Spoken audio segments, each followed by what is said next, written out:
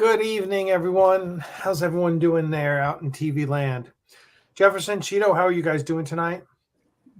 Doing pretty good. Doing all right. Running around like a chicken with his head cut off. I'm on vacation from work this week, so I am doing very well. Staycation? Yes, very much. I like staycations. I don't like to travel too much. Oh, Staycation's nice. Lots to be said for just hanging out at home and not doing anything, right? Well, I'm doing projects around the house, but yeah. Oh. With a honeydew list? I'm sorry? Your honeydew list? Oh, yeah. Yeah. Most like make Jason sweat his ass off list, you know. I gotcha. Well, good. Let me just check the comp. You won't believe what happened this evening. So earlier today, I said, you know what? I'm going to cut the grass real fast, get some lawn work done, which I really need to get done. And then I may have time to actually be able to get on the live stream. I had so much to do. Sat on the riding mower, turned the key, nothing. Tried again, nothing, dead. So that really set me back a little bit. So there I am hauling ass on the push mower. I had to call in to have a service. You're going to come pick it up next week. I think it's the battery because this happened. Is it electric? Right. A battery. It's a gas powered ride-on mower, but yeah, the battery's dead. Right. Yeah. Gotcha. I think it's the battery. So I wish they would have replaced it last time, but for whatever reason they didn't. I'm looking at an electric one what's the Ego is the brand, I think. Anyway, they're all electric. Mm-hmm. And there's a self-powered one, and it's like, I don't know, $550 and so. And like, oh yeah, rather than paying someone to do it, I enjoy the exercise. So maybe we'll do this anyway. Do you have to keep it plugged in? No. Or does it charge a battery? Yeah. Oh, okay. It's got like it said it's got like an hour runtime, something like that. Oh, gotcha. Okay. So, but all the critters are running around. They're all good. That's Banshee over there by the door. Oh. Yeah, they're cute. We have matter of fact, we have another one that we took in that wasn't adopted, and he got into it with Boo Biscuit, who's kind of like the queen bee of the Peters Hubbard hive. Oh, gotcha. So we're spending a lot of time with her. So she's sweet. She came up and sat down next to me and fell asleep next to me today. She did that to Crystal last night, so she's getting there. It's all good. But by the way, totally, I'm not going to get political at all, other than to say, last night I watched the DNC convention, and they had the roll call. That's why I came in on the roll call, and I was like lacing up the sneakers, getting ready to go for 45 minutes of walking, finish off my steps for the day. And I didn't leave. I was just like mesmerized by what amazing stagecraft and what phenomenal energy that event had. I mean, the stagecraft was just mind-boggling. It was so damn good. Everything. I mean, the announcer was great. They had a live DJ on the stage who, he had a playlist for every different state and territory that was casting votes. Wow. Everyone was just, they played a side-by-side of the Republican convention and the Democrat. And the Democrat is like the craziest, biggest party you've ever seen. It was like the Bulls had won again in that stadium. It was crazy. Wow. And it was, and then followed by an amazing video by Kamala's son talking about their family. And then they had Doug Imhoff, who's the second gentleman, right? Who's Kamala's husband, who's just, you thought Tim Walz was folksy? This guy's pretty folksy, huh? He ain't folksy, but he's like down. He's a freaking dork. He is like you and me. I mean, he is like the funniest, coolest guy. That was it. And then followed by Michelle and Barack Obama, who both killed it. Anyway, and not getting political, I'm just saying that was just an unbelievable few hours of TV. It was. I wish I would have seen it. It was. It's the first Democratic or Republican national convention I've watched in a long time, and yeah, it was pretty good. Yeah, right. Usually you don't They even had a Republican governor up there, or was it a senator? I don't remember. It was a. It was the mayor of Arizona or mayor of one of the cities in Arizona. Yeah, but he was a Republican there, and he made a really good case, and actually the crowd didn't treat him like garbage, like just because he's a Republican. Yeah, Stephanie Grisham spoke last night, the former. Yeah, and she same thing. So anyway, nice. Let's look at some of the. I'm gonna. By the way, if you haven't seen our update video, the July update video, 10th anniversary update video, we've got 32,000 views on it. Jefferson there did a phenomenal job editing it and putting it together. And thank you. And it's kicked out. It's so good that the haters are all claiming we bought views. That of course they are. This makes me wish I would have. I wish I would have put in like 3 frames of like my face or my name somewhere in there, just as a subliminal message or something. This is Jefferson giving you the big finger, guys. Yeah, but that's a shame. I mean, of course you're paying for views on that, right? Well, they can't make up their mind if I'm broke and jobless, or if I'm paying for views. Right. So it's either broke. I wouldn't even know how to pay for views. I guess. What do you? Who do you talk to about that? Who do you talk to about buying vieus? It's like I know that there's like websites and stuff you can go to, but I've never used those. Like there's ways to promote your videos, and then there's ways to buy bot views and stuff like that. And it's not good. Like it's not, it's not substantial. Why would I buy views? So I have a higher view count. I mean, the view count is fun because the view count tells you how many people have watched your video, right? Right. So it's a really important metric. If you buy views, then what? I don't understand the purpose of that. It's good for your ego. I mean, it's not giving you a rational understanding of what your audience is. I mean, now, knowing that we didn't buy views, it's like 32,000 people have seen this. Wow. What does that tell us? It tells us there's a bit, and you look at the 200 plus comments and the, I don't know how many thumbs up there are at this point, but those numbers kind of give you a good understanding of your market and what have you. And I think I've only had to delete 3 comments out of the 200. So when you buy views, is it like a penny per view? Is it? I don't know. I mean, do you Venmo these people? Like if you're sitting here, okay, let's say, all right, so I'm going to buy views. Who do you talk to? It's kind of like, all right, I want to try cocaine, but what do I do? Do I just go drive around the school or maybe go hang around the mall and just you're like me. Like I would have no idea how to buy cocaine. Where do you start? If someone gave me, hey, here's $100,000, go buy some cocaine. I go, hey, Stogie, how do I buy? I don't even think Stogie does pot. I don't even know if I know anyone who would know how to buy. I guess my Hollywood friends would. I guess I'd call up, one of my buddies in Hollywood and say, hey, dude, how do I buy cocaine? Right. You, dude. Yeah, I'm curious because I know that those people that say that are our biggest fans. I mean, they watch us all the time. They thoroughly enjoy all of the content that we put up. And, no. The bot views are the ones that group that we talk about, is that other group. They're the bots because they sit there and they hate watch. Hate watch. They hate watch. So they're the bots. They're like, I don't understand how there's 5,000 views in 15 minutes. And then you look at their page, or I don't know how many page or how many members they have, but it's like, oh, they have 500 members. Right. Someone do some math for me, if you would, in the comments. If I had a budget of $50, how many views could I buy for that? So yeah, let me know. You know what? I can't afford 32,000. I'm just gonna, unless...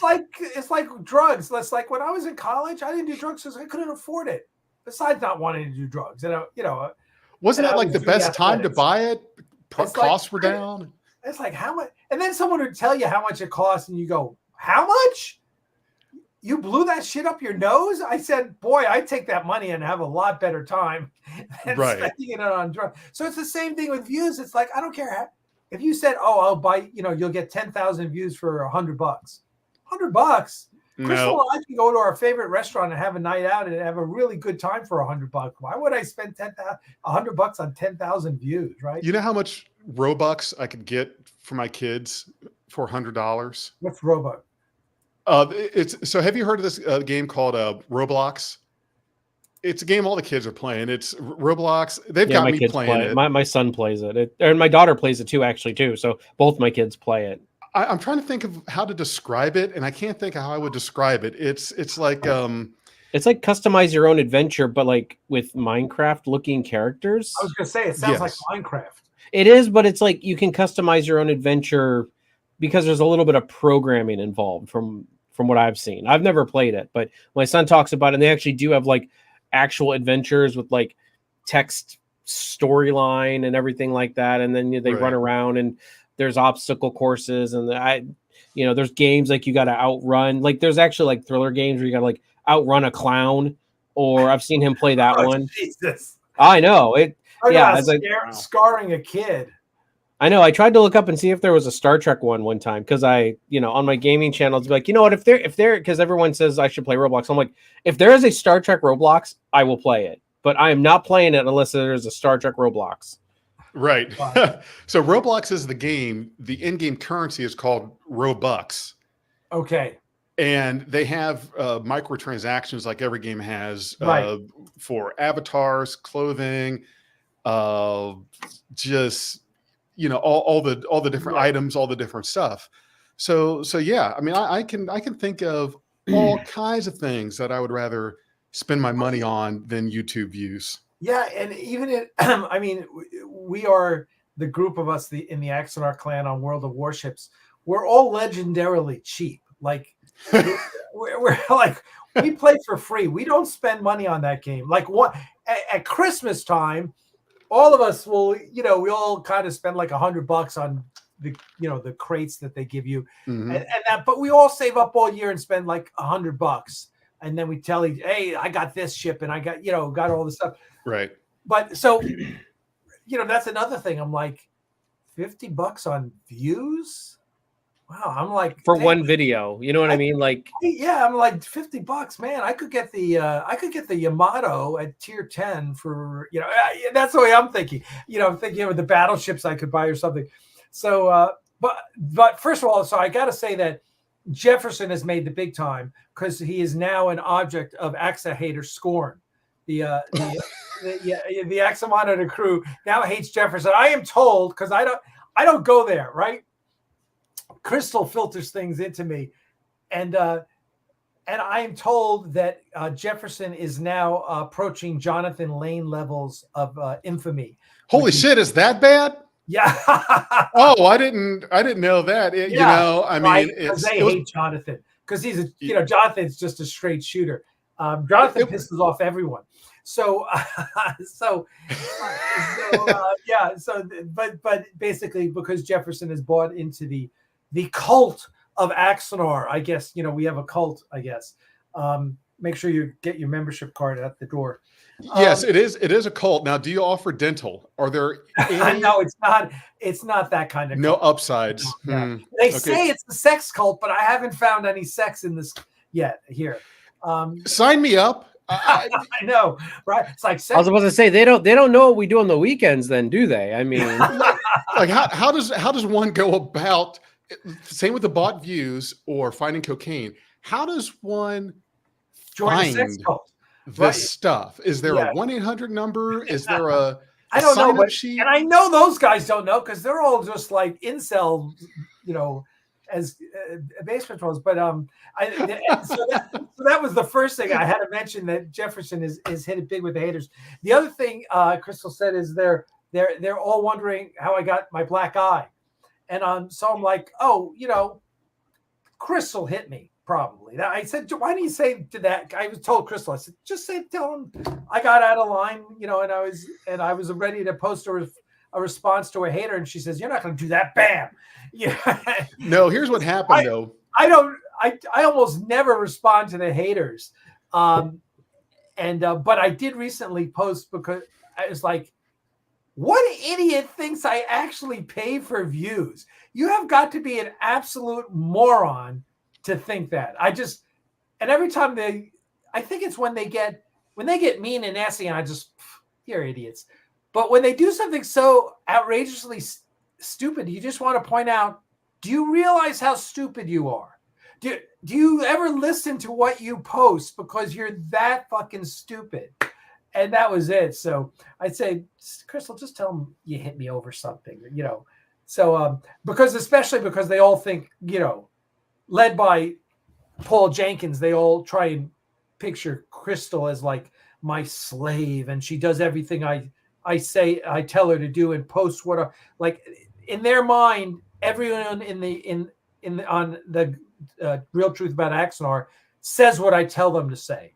And I'm like, boy, buddy, I wish that was the case. I wish I could tell people what to do and they do it, but that's not the way the world works, especially with Crystal. You try to tell her to do something, yeah, you're going to get a black eye. Yeah. So that's another thing. Now, what you should have said was she tried to show you an Instagram reel and you said, oh, I've seen it. And then pow, you're going to watch it again. So Daniel Van says he found a site that provides 1,000 views for $55. What? For only 1,000? $55 on 1,000. Well, maybe Matt Miller would, because he can't seem to break 500 views. But 10,000 followers. Well, I don't know. That's kind of steep. I can't believe you pay 1,000 views. You pay $55 for 1,000 views. So wait, what do they mean by followers? Because on YouTube it's subscribers. You don't have followers on YouTube. Well, maybe it's that's what followers he for meant. Twitch. He probably meant subscribers. Maybe. But then that's my assumption. $22. So like, All is right, that well, like now that we settled that, can someone tell me how much cocaine is these days? Because Can we get the market price? Yeah, now Axa Monitor is going to sit there and be like, oh, they're promoting drug usage on their podcast. Oh shit, that's right. God dang it! I didn't say I was going to buy any. I was just curious what the market price is. I don't know. Is there a Wall Street Journal for drug sales? So I can just just go look it up. Is there any discounting for like wholesale purchase or? Now, see this 1,000 views for $55. That's going to bother me. Why isn't it 50? Like, can they round it? But 1,000 views for $6.99. Google says 1,000 views for $6.99. Premium views. I don't know what premium views is. Probably means. So what it means is nobody really knows. Even Google doesn't know. Like, because we're getting mixed information. Yeah, that's still a little steep. I don't know. That wouldn't be. Oh, David Murray wins the internet today. Thank you, David. We really greatly appreciate that. That is awesome. Matter of fact, I need to. I'm always the things that unfortunately, I guess I should be able to share my screen, but anyway, I need to. Can't you? I think you probably could. Well, I think I probably can, but I am going to. So wait. So does this mean that Axanar Star Trek is in like exclusively? So that means everything outside of Axanar is not Star Trek? I think that's the implication. I mean, now we're just misappropriating Star Trek from CBS at this point. So, well, if you want to make it worse, you'll talk about the Axanar cinematic universe. Oh no, we can't talk about universes. That's right. I forgot about that. So, can we bleep this out? Or no, we're live, aren't we? Yeah. Yeah. Sorry. It's on the interweb. It's all memorialized. It's okay. Nobody's watching. These are all bot viewers. They're all bot viewers. So, now, when you say bot viewers, we mean BOUGHT, not yes, DOT. Bot viewers. Yes, bot. So we bought the people that are watching have been paid 25 cents per person to watch this live stream. Oh, it could be BOT, bot viewer. So. Okay. Yeah. Okay, so what I want to do now also is tell everyone that we've relaunched the store. What was formerly the Aries Studio store is now the Multi Geek, And let me share.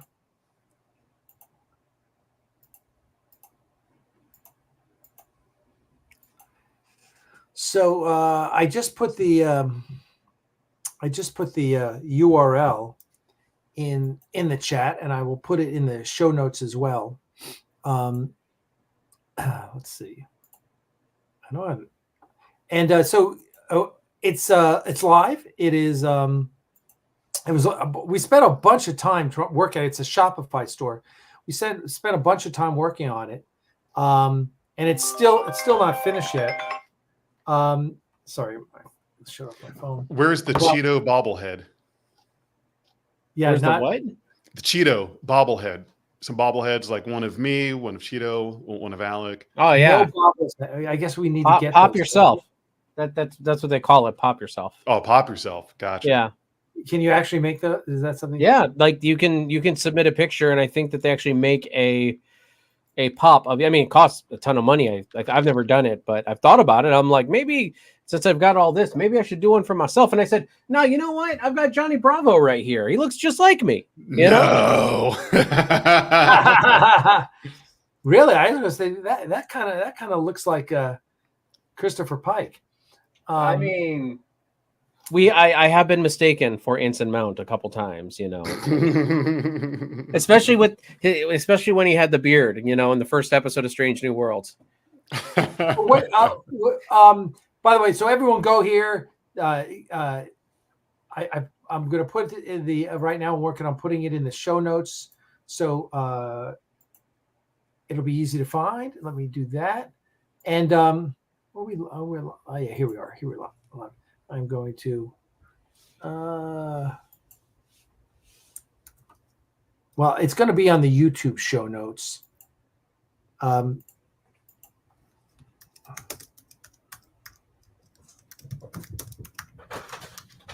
right, there we go.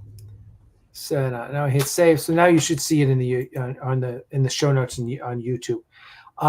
So while you are all going and buying all sorts of cool stuff at the Multi-Geek store, what do you guys think about Acolyte being canceled?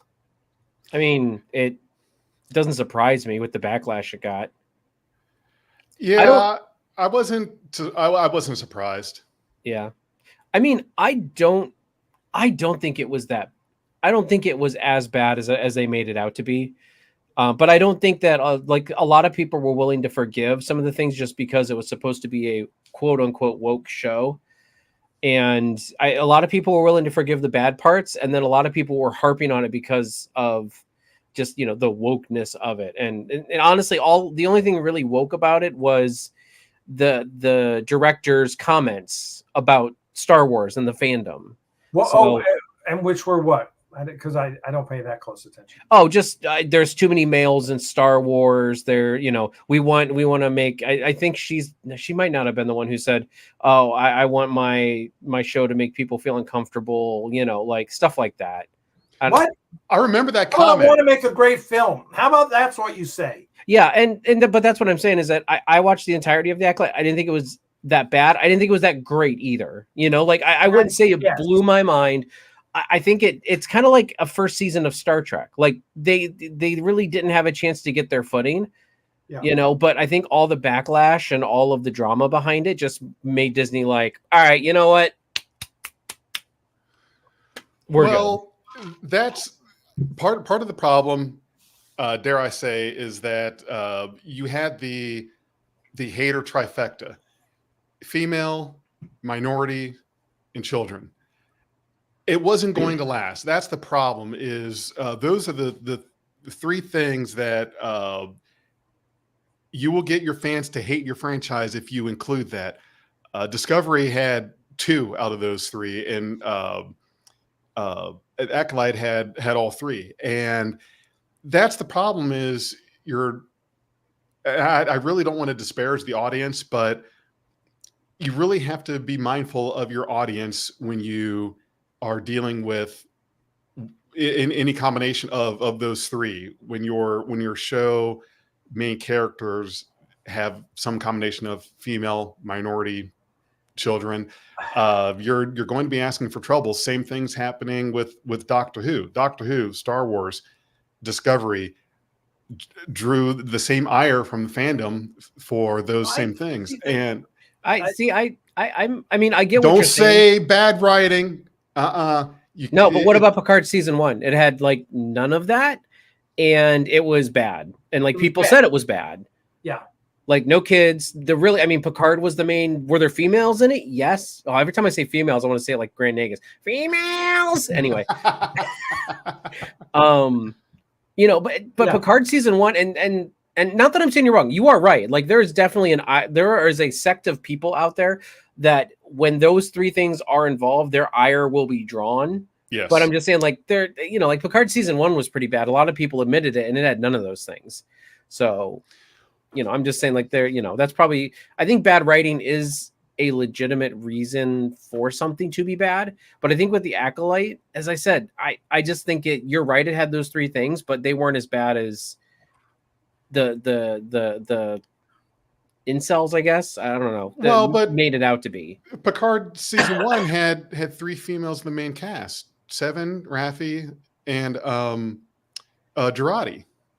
Yeah, but they were. I mean, there's okay, but the main character's not female. So you're just saying if there's any females or minorities involved, like I thought you were mean like to be. You're right. It tends to be more of if that's the main character. So yes, I will give you that the main character of Picard was none of those 3, and apparently now honestly that's I wouldn't say that's news to me, but I keep hearing that come up that the first season of Picard is claimed to have not been that good. I hear that more often with the second season. Now, I didn't dislike either of the 2 seasons. I like season 3 better than the other 2. But what gets me is people who don't like season 3, like sacrilege. Listen, I follow Majo Rage over on our channel did not like season 3. Sacrilege. Get rid of it. Well, and honestly, I like season 3, but it was like I was not goaded in with all the nostalgia bait. Like there were some issues with that season, and although season 3 is the best of the 3 seasons, I don't know if I would still rank it amongst some of the best Star Trek ever. I agree with you because it was, its whole it had a purpose, and that purpose was to create nostalgia, positive nostalgia for Star Trek: The Next Generation fans. Mm-hmm.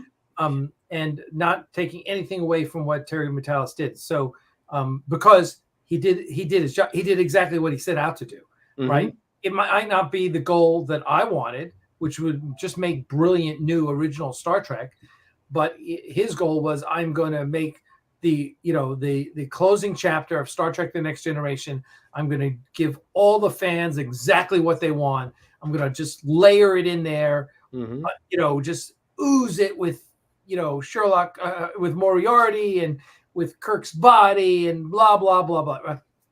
And it did the job. The thing that amazed me was, because I kind of take a somewhat half rolling the eyes, half dispassionate view to everyone who calls everything woke. I do follow Doomcock, and I find him entertaining.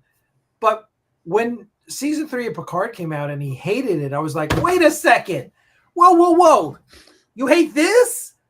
I mean, I understand hating season 1 and 2. I hate understanding Discovery. But you hate season 3 of Picard? How can you hate and then he also hates Strange New Worlds. And I'm like, what? How do you hate Strange New Worlds? I know what it is. I know what it is. What? Jefferson, we need to add another section to your set where it's what is it? Minority, women, children, and Kurtzman. Like there's got to be a fourth, but some people out there, if Kurtzman's name is attached to it, they will crucify it, no matter how good it is. It doesn't matter what it is. Okay, so right. Yes, that is right. that, and that is true. That is true, and you can't help it. So I don't know. At some point, some part of me wants to say to these people, and I'll put Doomcock in there and I like the guy. Listen, it's kind of like I have lots of friends who vote for Trump. I still love him, right? So same thing here with Doomcock, right? Doesn't mean they have to be unfriended. No, the different. You appreciate. Sometimes you have to appreciate the differences. Sometimes you just ignore them. But I just at some point I'm like, okay, what would you like if you don't like Strange New Worlds? If you didn't like season 3 of Picard, and you don't like Strange New Worlds, and you don't like Lower Decks, I'm like, okay, what the fuck? What do I have to do to make you happy? I want to know what kind of crazy person doesn't like Lower Decks. I mean, what kind of person and personality on this panel could not like Lower Decks? I mean, there is something seriously wrong with somebody who does not like Lower Decks. Okay? I need to get closer to the mic and say. Bentley Techman, who is, I think Bentley, you said you were from the UK. Welcome and thanks for staying up. Bentley, I think you're new here. Bentley, are you not? If a miracle ever happened, Paramount offered you a show on Star Trek, what era would you choose? I assume Kirk, Picard, Archer. First of all, yeah, okay. Miracle happens, and someone, let's say Skydance takes over, and they're huge fans of Axanar, and they pick up the phone and say, "Call that Peters guy. Let's get him in here to make Star Trek." And they bring me in and they say, "Okay, what do you want to do?" Oh, okay. What do I want to do? Well, first of all, I would say, God, it's got to be something in my wheelhouse that I feel comfortable with. And like, why don't we make the Axanar movie? Give me $10 million and we'll make the Axanar movie. Full blown. Professional Hollywood, recast everyone, blah, blah, blah, blah. Do that. So Bentley, that's what I would do. Just let's make the movie that we never made. If they said you can't do that, you got to do something else. I go, but then play Star Trek after Voyager. How about what happened after Voyager? That's what I want to know. I don't give a shit about this Discovery 3000 whatever post-burn bullshit, whatever. I don't give a shit about that stuff. Let's find out what happened after Voyager. Yeah. Lots of good stories there.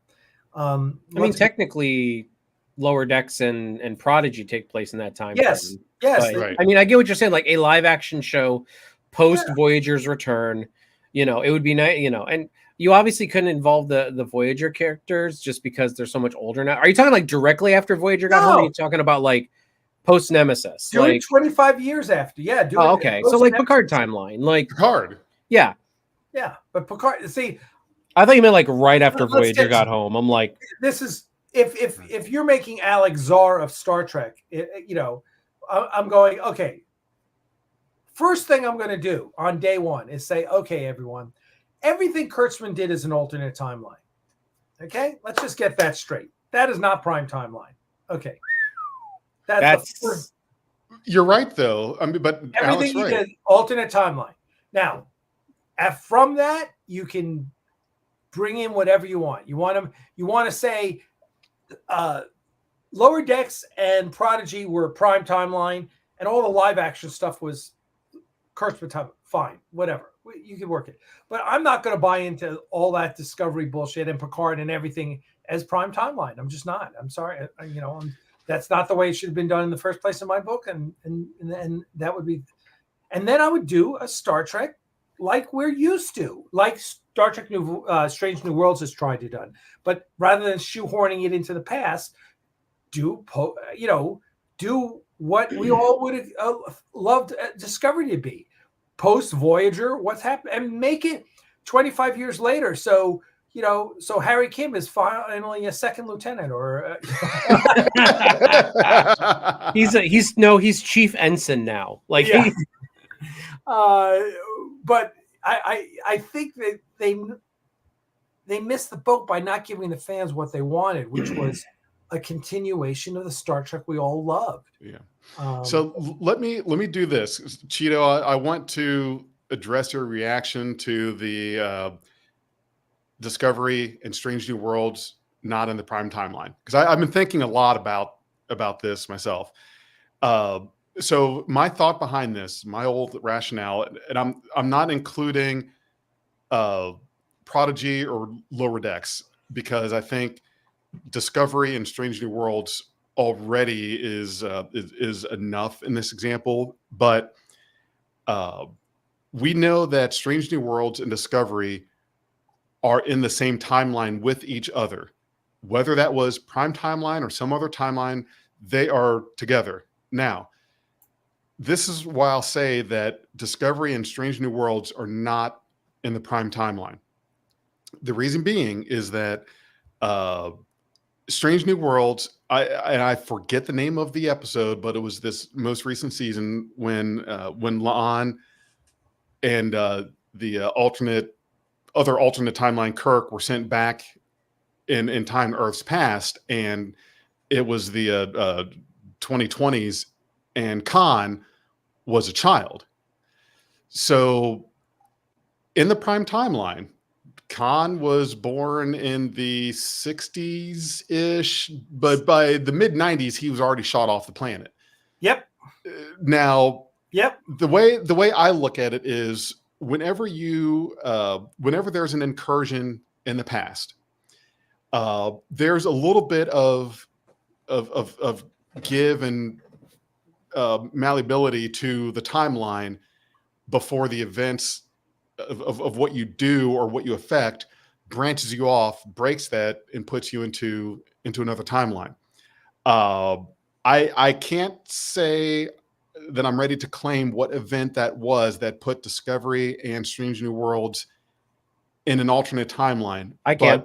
What is it? What would you say? We actually, over on NerdTube, we did a whole episode. It's called the First Contact Timeline. That's right. We talked about that. I remember talking with you about that. I didn't know if you were there for that one, but the First Contact Timeline is as soon as Picard went back in time, it branched back in that past.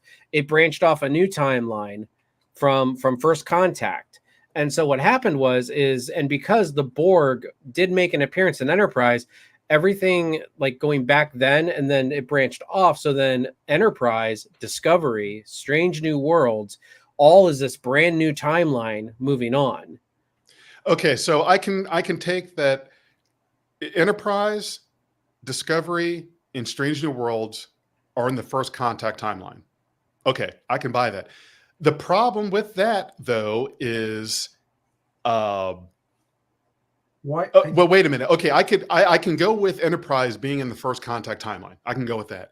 What I'm having a hard time getting behind is Discovery and Strange New Worlds, because Discovery and Strange New Worlds are in a timeline together. Whichever one we say they're in together. But what break would have caused the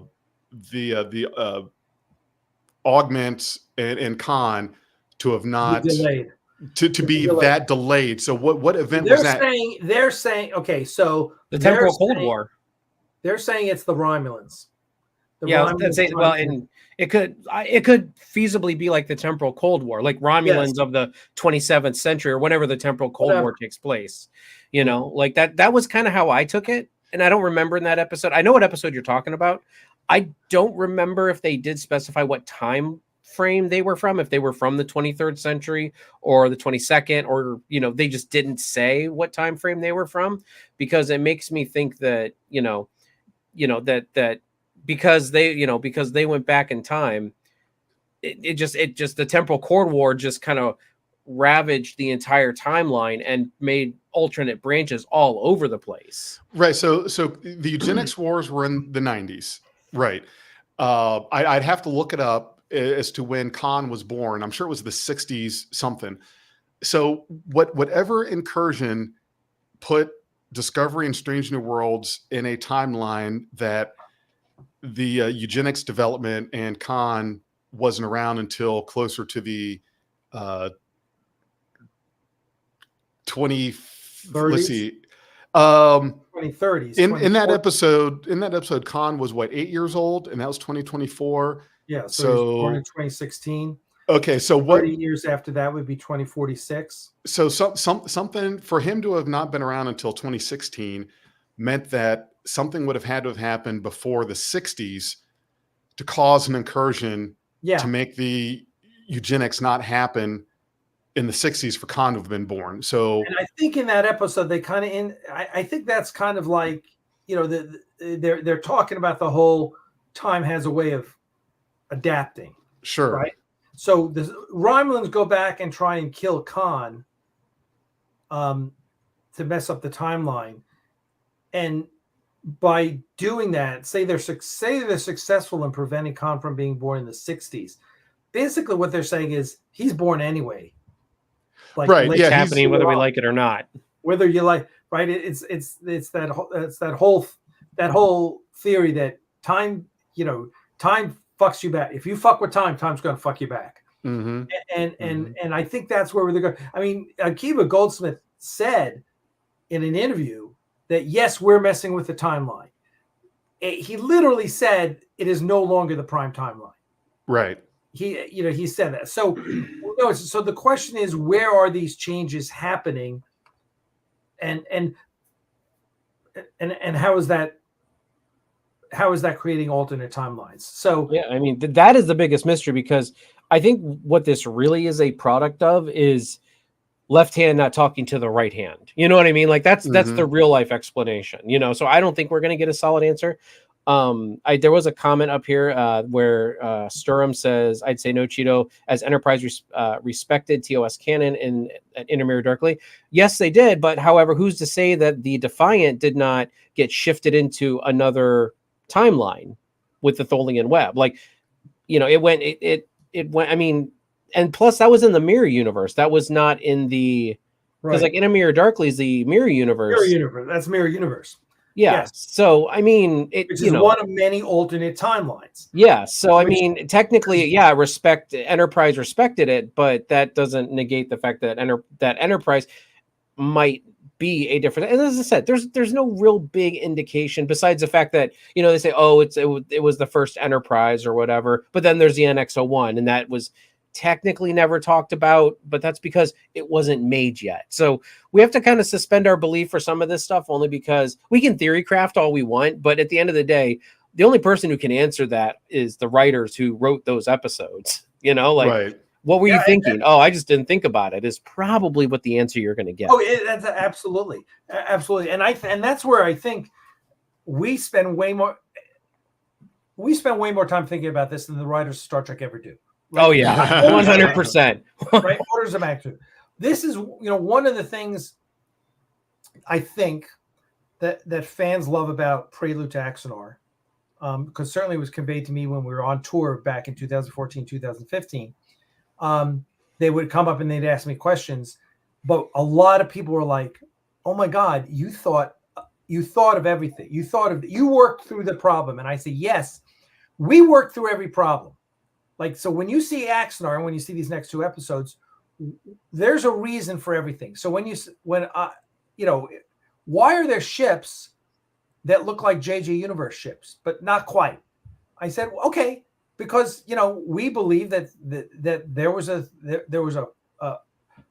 school of engineering that designed things, and in our universe, they designed the same things, but the engines were just different. I mean, there was just a different design aesthetic. Why do all of our ships have different patches?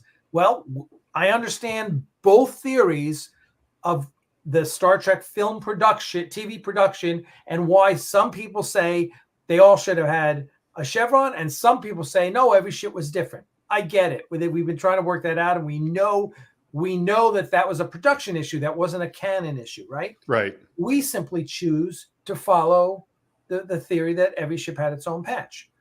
We thought through that. We said, let's do it. It's good. Why? Because it was fucking cooler. It was way cooler to every ship to have its own patch than to have one patch that was, that was a chevron. That's why. But we think of, and like, oh, well, are your Klingons ridge head or are they smooth head? At that time they should be smooth head. Well, no, because if you look at Divergence and the two episodes about the Klingons in Enterprise, we understand that the augment virus affected millions of Klingons. It didn't affect everyone. It just affected millions of them. So there should be both smooth heads and ridge heads in the Klingon universe back at the time of Axanar. We worked through all those issues. Writers on Star Trek don't work through any of those issues. No, They simply don't.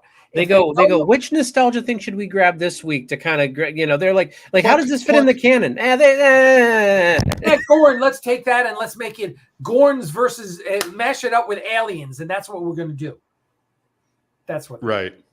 And with no disrespect meant to any of the writers, part of the problem is that they're generic writers. They're not Star Trek writers, right? They're not Star Trek fans who necessarily came up and, even if they were Star Trek fans, they didn't necessarily think about this shit the way we think about it, right?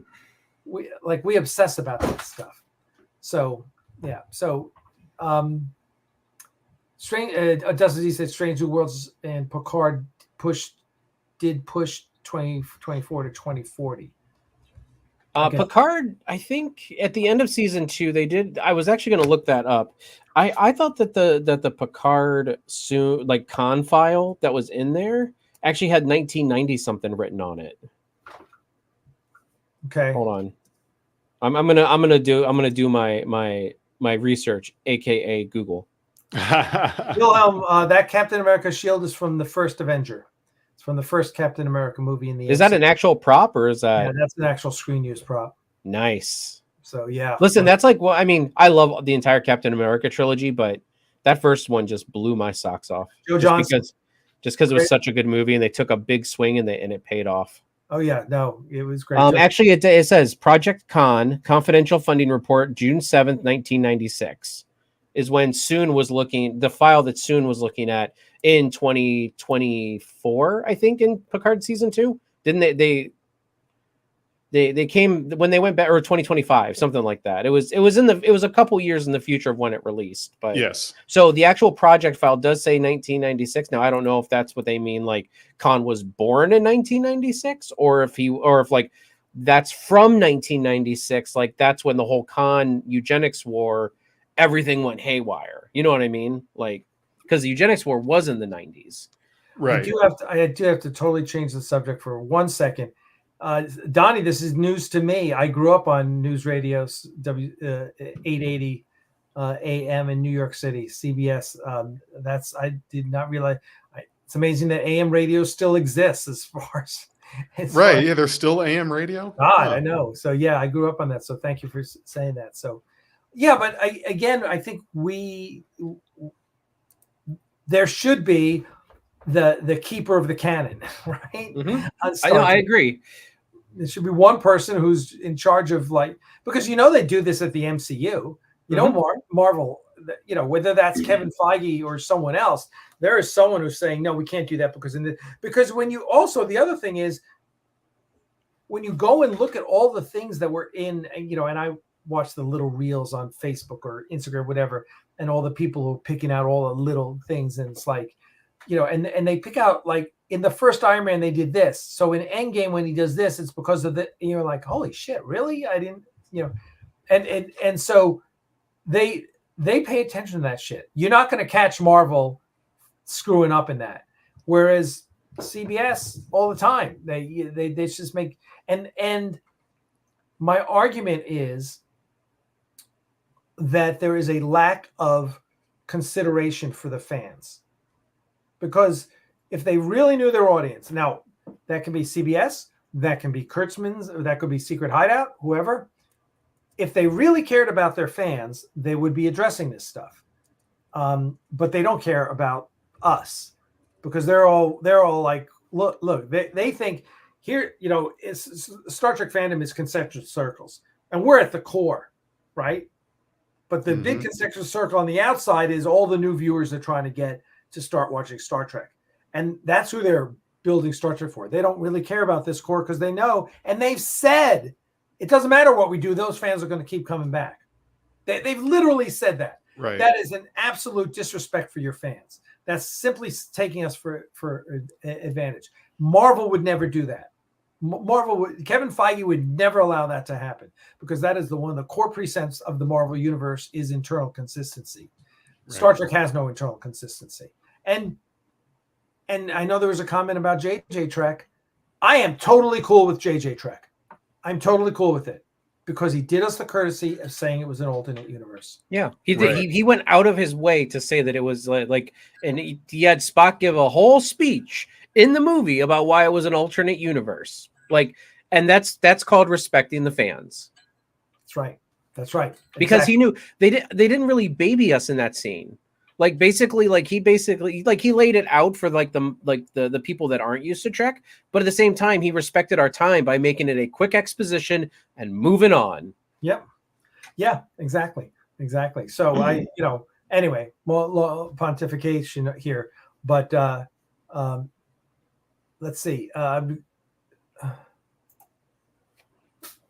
the Gorn have certainly changed, but the problem with Gorn also is it would be really hard to do modern Star Trek with Gorn that look like they did in TOS, right? That's one of those things where it's like, guys, we just have to suspend our disbelief, because the 1960s Gorn are not like that. That's not feasible in today's day and age. It would be laughed out of. Yes, would we appreciate it? Sure. And can Lower Decks make fun of it? Absolutely, because it's funny. But it's like, you have to update it. You have to go with, and everyone says, oh, it was an older Gorn. Whatever hand wavy thing you need to say to explain it away for yourself, for it to make sense, that's fine. For me, it's like, they just got with the times, and the Gorn are these lizard aliens that are actually predators. Makes sense to me. But I got a problem with that. The problem I have with that is, for every second you're doing this, you need to keep in mind, Arena, that Kirk is going to fight one of these hand-to-hand combat, and he's going to survive. So no matter what you want to do with the Gorn, no matter how you redesign them, how you want them to look, how they act, any of that stuff, you better keep it in your head that Kirk is going to fight one of these hand to hand, and he's going to make it. So what they did was they got stupid with the Gorn. They have made it so completely unbelievable that is going to happen, and he's going to survive that encounter. And I'm not taking it was an old Gorn, it was geriatric Gorn, any of that stuff. He had a lot of arthritis. Nope. I'll give you some stuff here and there. I'm not giving you that one. Gorn arthritis. And you look at that back in, and of course they used the Gorn in Enterprise, right? Was that in the Mirror Darkly? Right? Yeah. Right. And that was Mirror Universe Gorn. So Mirror Universe Gorn. Mirror Universe Gorn, but they made them reptilian, and they were. I think reptilian totally is divorced. Yeah, reptilian is great. No problem with reptilian. The problem is that they've made the depiction too unrealistic, knowing what's going to happen. That's the problem that I've got. But in any case, what I just realized is, you had some VFX you were going to talk to us about? Oh yes, VFX updates. We called it Axanar After Dark, and then hardly talked about. Well, I mean, we talked about Axanar, but yes. And let me open the. He's gonna release the images of the Gorn showing up in Axanar. So oh boy, that happens, that was the key. Is that it made him realize that we have Gorn. Yes, Gorn. The Gorn are going to have Gorn are going to show up in Axanar now. They've aligned with the Klingons. So let me. So first of all, I just say that we are. A lot has happened this past weekend with Axanar and our VFX. We got a new VFX person on board, which was really exciting. And actually, it's just one of those things. My cousin called me and says, "Hey, my best friend's husband works in VFX, and he has a company, and he's a huge Star Trek fan." I said, "Well, show him Prelude to Axanar," and she did, and he lost his shit, and he said, "I got to work with these guys." So we had a call this week, and now he's working on the VFX team, doing compositing and backgrounds and stuff like that. So it was a huge addition. It was really welcome. The timing was amazing. It just works in really well with us. So that's great. Oh, I'm going to mention Scott G in ATL is Scott Good, our loyal studio manager, and he is recovering well from his triple bypass and his tracheotomy, and he is doing really good. Yeah, you've been through it, my friend.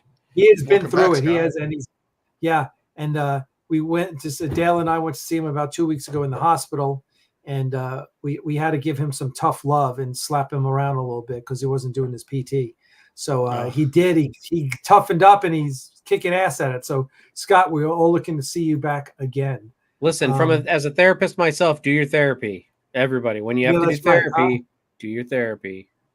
That's right. You got to do therapy. The other comment I'll make is, I love period superhero movies.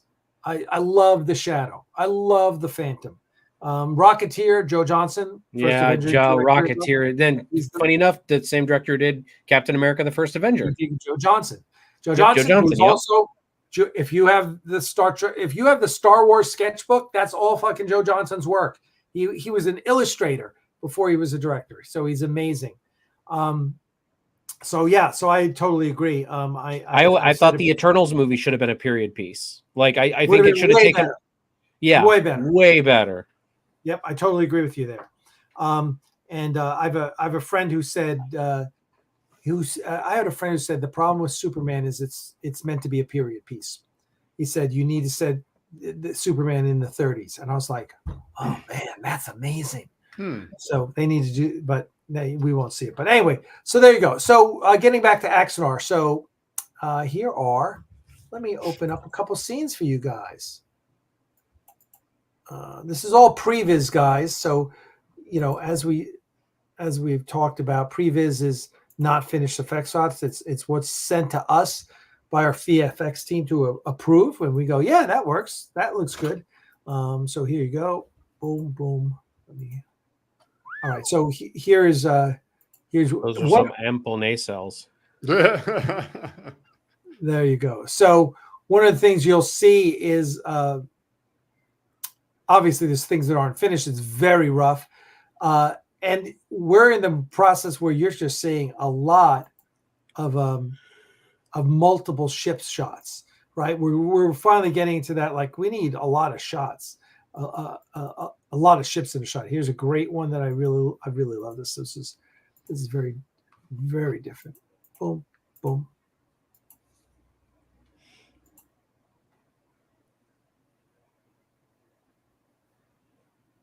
Just because you really get to see the Geronimo class there.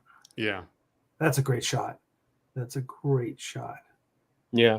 And then, and last but not least. Am I allowed to, can I ask something? And if it's spoilers, just tell me. Are the Connie classes going to show up in Axanar, or is that a spoiler?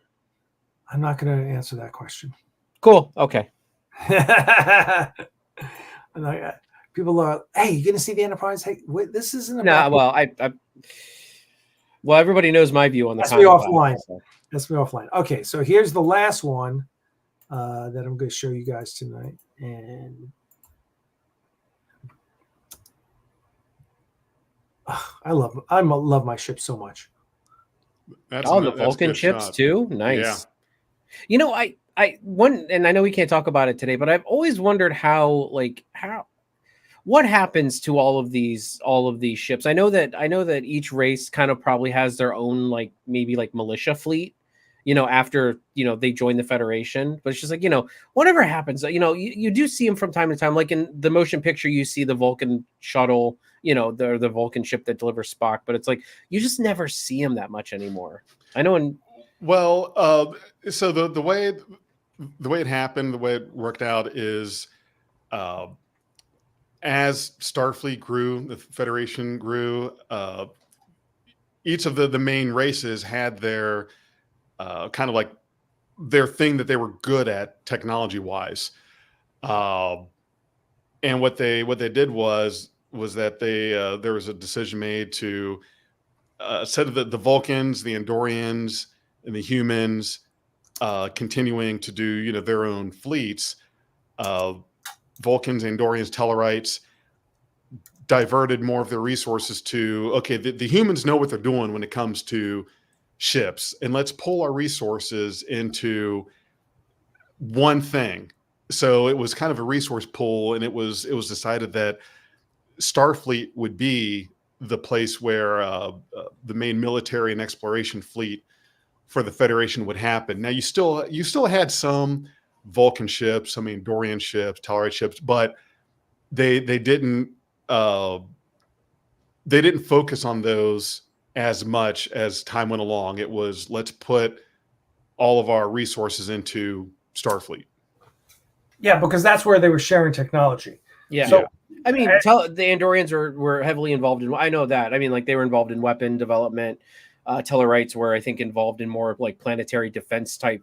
There was a list somebody compiled a long time ago of like the specialities of all the different races. Obviously, the Bynars and computer science, the Vulcans just like general science and xenobiology. Like there's a whole list out there of everything that each race of the Federation that we know of, because we still don't know all 150 races in the Federation. I don't think there's a complete list of all 150 races. Yeah, and the way you look at it is like right now, if you look at the geopolitical landscape, the military landscape is with the U.S. and its allies, Europe, right, and Japan, Taiwan, South Korea, those guys. Everyone is doing their own thing.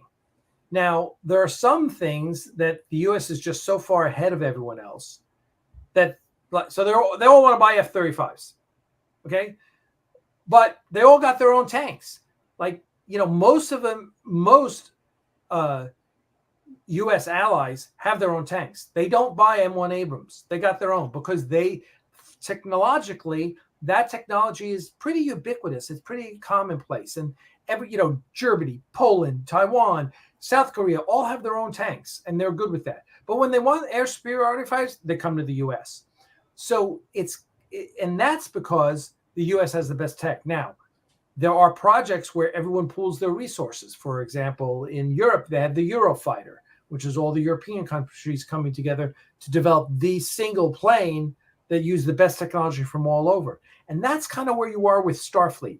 Starfleet basically saying, as they say in Prelude, they say, oh, well, the Andorians were happy to sell us their weapon systems, right? So, and to Cheeto's point, that is the way it's developed. So Starfleet is developed by having the best of everything. Everyone's like, okay, we'll contribute this, and then they build this Ares class. So in Axanar, the Vulcans have Vulcan ships. They also have a series of Ares class ships, right? And others and other Federation starships. And that's the way it is. That's the way it is for everyone. Everyone has their own, but they also have Starfleet ships. So we just play with it for that. Listen, it is 8:04, and I do need to go and get the rest of my walk in. But this has been it's nice to see some new people. RDD42, is that it? Have I seen you before? Thank you for coming. We appreciate it. We appreciate everyone. If you're new here, thanks. And if you're not new here, Olive Drab is here. Dustin D is here. It's good to see you guys. Thanks. Scott Good, thanks for coming out. Sturm, thank you. Donnie, Sentai Ranger Donnie, as all. So many of you are regulars, and we appreciate you guys coming out. So what is happening on YouTube for you guys? Cheeto, Big J, would talk to me. What does everyone need to know about your? I mean, over at NerdTube, I mean, we're reviewing several things. We are still currently reviewing Prodigy. We actually decided that since it all dropped in one big go, we decided to take 2 episodes a week and review them because there's a lot of 2-parters. So we're doing a lot of that. We do all Star Trek reviews as well. Our fan film reactions are over there, which a lot of people have seen. We react to fan films and we give our honest and opinions and stuff like that. We do Star Trek, Star Wars. We do the whole gamut. It's kind of a variety nerd channel. I mean, yeah, we review the bits and bobs around there, and so yeah, so just anything nerdy. If you head over there, and that's what we always do every week, always pumping out content. There you go. It's been with Beyond Trek podcast Beyond Trek podcast. It's a little tough being the sole content creator on the channel as it's been for a while, and just real life and work has really gone up. And right now, the majority of the content has been when I do these live streams with you guys. So that's been the main part of the channel's content. really haven't done any podcasts or episode reviews or fan film reviews. None of that. May get back into that at some point, but honestly, my plate has been so full. So Beyond Trek Podcast, you can check out our YouTube channel. The majority of it has been lately these live streams that I've been doing with Alec and Cheeto. Well, we will keep doing them. So thank you. Everyone, make sure you check out on the Axanar YouTube channel the latest update, the July 10th anniversary Axanar update, which has 32,000 views right now. Please check it out. Give it a thumbs up. Make sure you leave a comment. It slowed down. It was really on fire, and it slowed down as they always do. So thank you so much. And it's been a great chat tonight. Thank you guys both for coming out. And everyone, make sure you check out the Multi Geek store. I put the info in the YouTube show notes. Check it out. We're going to start. I've been talking to a bunch of our graphics guys, and we're going to start having a lot of new stuff in there because we're kind of gearing up for the release of Axanar and knowing that that's going to be a big deal. So, and I know Big J and I are going to talk about another video that we're popping up. So thank you everyone out there. It's been great. Cheeto, Big J, we will see you guys next week at the least. Maybe this weekend. And thank you, everyone. Stay tuned. We got more coming, and I know I'm going to try and record a podcast, so there'll be something there you can check out. And I will keep you. Also, make sure you join our Patreon, patreon.com/Aries Studios. That's important because we got so much. It's actually so much happening now with our production company, Aries Productions, and it's all going to be. It's going to just keep this train going. So. I'm sure we are going to have haters for the next 10 years. So I'm going to be so happy because it's just 10 more years where they're accomplishing nothing in their lives. So that is the best revenge. But until then, guys, thank you. As always, peace and long life, my friends. We'll see you around the galaxy, hopefully at least next Wednesday. Cheers.